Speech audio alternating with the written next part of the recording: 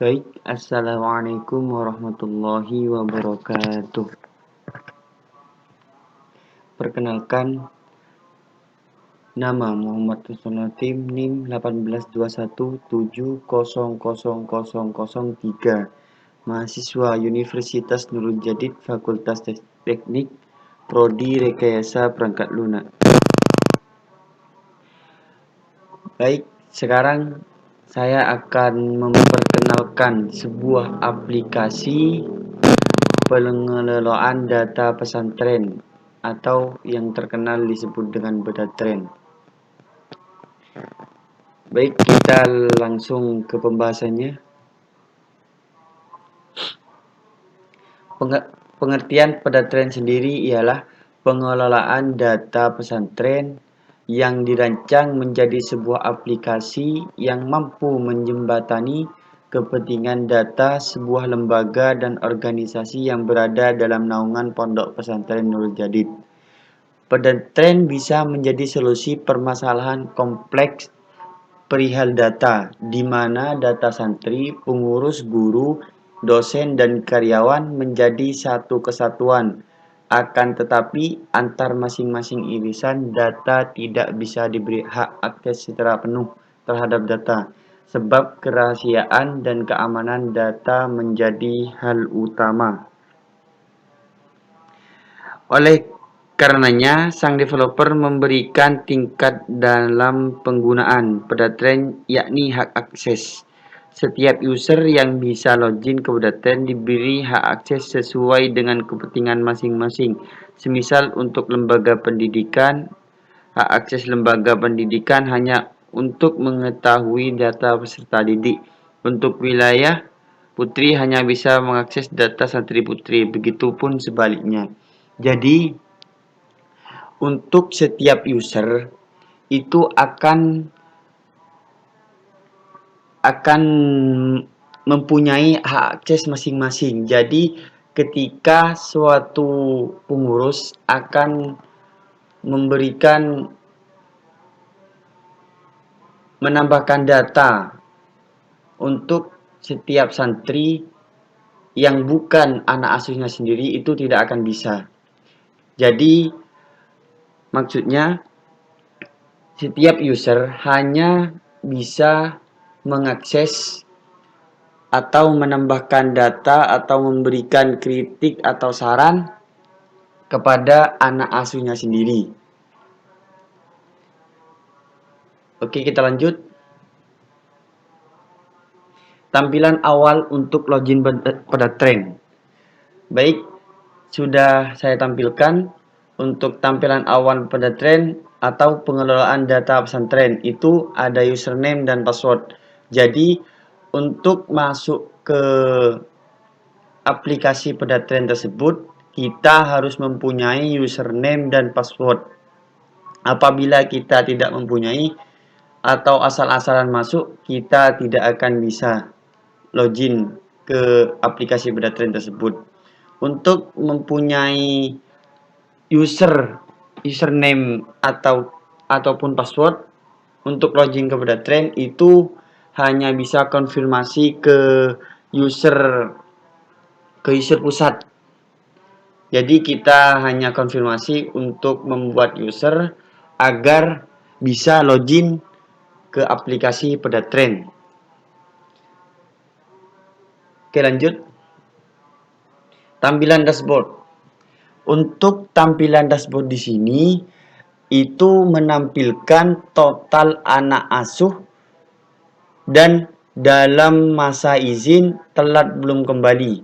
Di sana masih kosong untuk data izin dan telat belum kembali. Jadi ketika ada santri yang ingin pulang ataupun izin keluar dari pesantren, nantinya ketika membuka sebuah aplikasi pesantren, wali asuh atau pengurusnya itu akan mengetahui siapa yang izin dan siapa yang telat belum kembali. Oke, lanjut.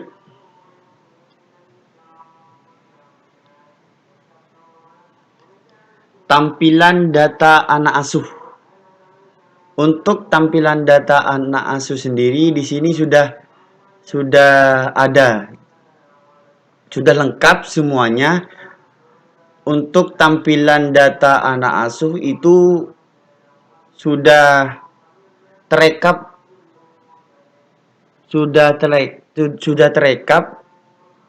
dengan benar sesuai dengan anak asuh yang ada di kamarnya masing-masing.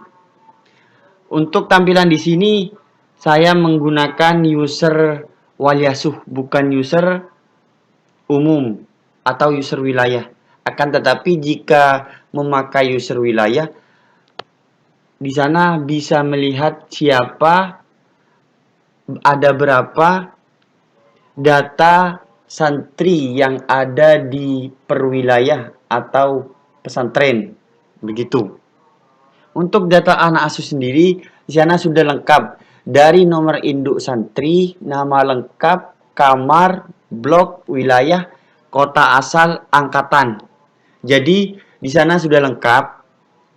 Jadi untuk data santri itu sesuai dengan kamar-kamarnya masing-masing, dan data tersebut sudah sama dengan keberadaan data santri masing-masing.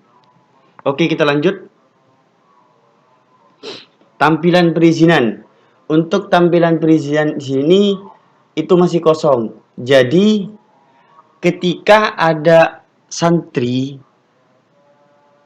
yang mau izin keluar bermalam ataupun tidak bermalam, itu bisa kita lihat di aplikasi pesantren tersebut. Jadi untuk user umum nantinya akan mengupdate data santri yang izin keluar bermalam maupun tidak bermalam, gitu. Untuk wali asuh sendirinya cuma mengecek, tidak bisa menambahkan, begitu. Untuk yang menambahkan dari user wilayah atau user pusat. Oke, lanjut. Tampilan pelanggaran sama kayak yang tampilan perizinan yang tadi. Di tampilan pelanggaran di sini user wali asuh tidak bisa menambahkan atau mengupdate data santri yang melanggar, gitu. Jadi yang bisa menambahkan tersebut hanya user pusat atau user wilayah. Untuk user wali asuh sendiri di sini hanya bisa melihat siapa saja dari anak asuhnya yang sudah melanggar, dan kita dari user wali asuh cuma bisa melihat, tidak bisa menambahkan data, begitu. Oke, lanjut. Tampilan data catatan afektif. Oke, di sini kita akan mengetahui perkembangan anak asuh dari catatan afektif tersebut. Untuk catatan afektif tersebut itu ada kepedulian, kebersihan, akhlak. Jadi Yang tahu untuk semua catatan efektif ini ialah wali asuhnya sendiri. Untuk kepeduliannya itu hanya wali asuh yang bisa menambahkan data dan mengetahui bagaimana sikap dalam kesehariannya atau 1 bulannya. Jadi catatan efektif di sini itu diupdate setiap 1 bulan terakhir. Ketika sudah tanggal 30 itu catatan efektif wajib diisi oleh seluruh wali asuh. Dan untuk mengetahui siapa saja yang belum mengisi catatan efektif dan catatan kognitif itu hanya user umum atau user wilayah. Untuk user wali asuh sendiri itu hanya menambahkan data. Begitu. Baik, lanjut.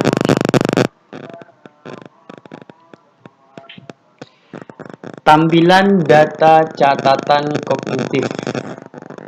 Baik, sama saja kayak yang tadi catatan efektif, tapi bedanya untuk catatan kognitif sendiri ialah di sana membahas tentang kesehariannya, kegiatannya yang ada di perwilayah atau per blok pesantren begitu. Untuk kesehariannya itu yang bisa mengisi itu hanya wali asuh sendiri, dan yang mengetahui juga wali asuh, dan yang bisa melihat siapa yang tidak mengisi dan siapa yang ngisi. Untuk catatan efektifnya itu hanya user umum, dan pengupdatean data itu sama kayak yang catatan efektif. Begitu.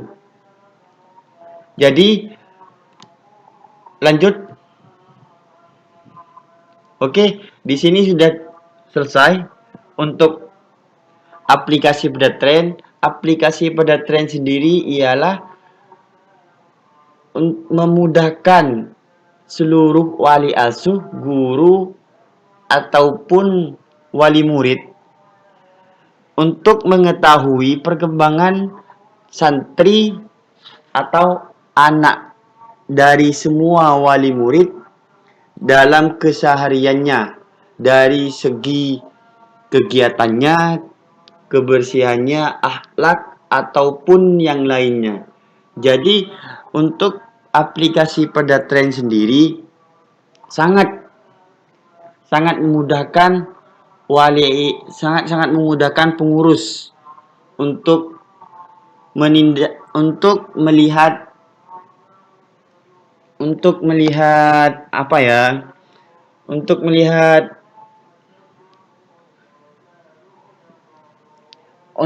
kesehariannya dari semua santri atau untuk semua anak asuh begitu. Mungkin hanya itu saja yang bisa saya jelaskan tentang aplikasi Pedatren atau itu tadi. Ya. Baik. Semoga bermanfaat. Mungkin hanya itu yang dari saya. Kurang lebihnya mohon maaf. Wassalamualaikum warahmatullahi wabarakatuh.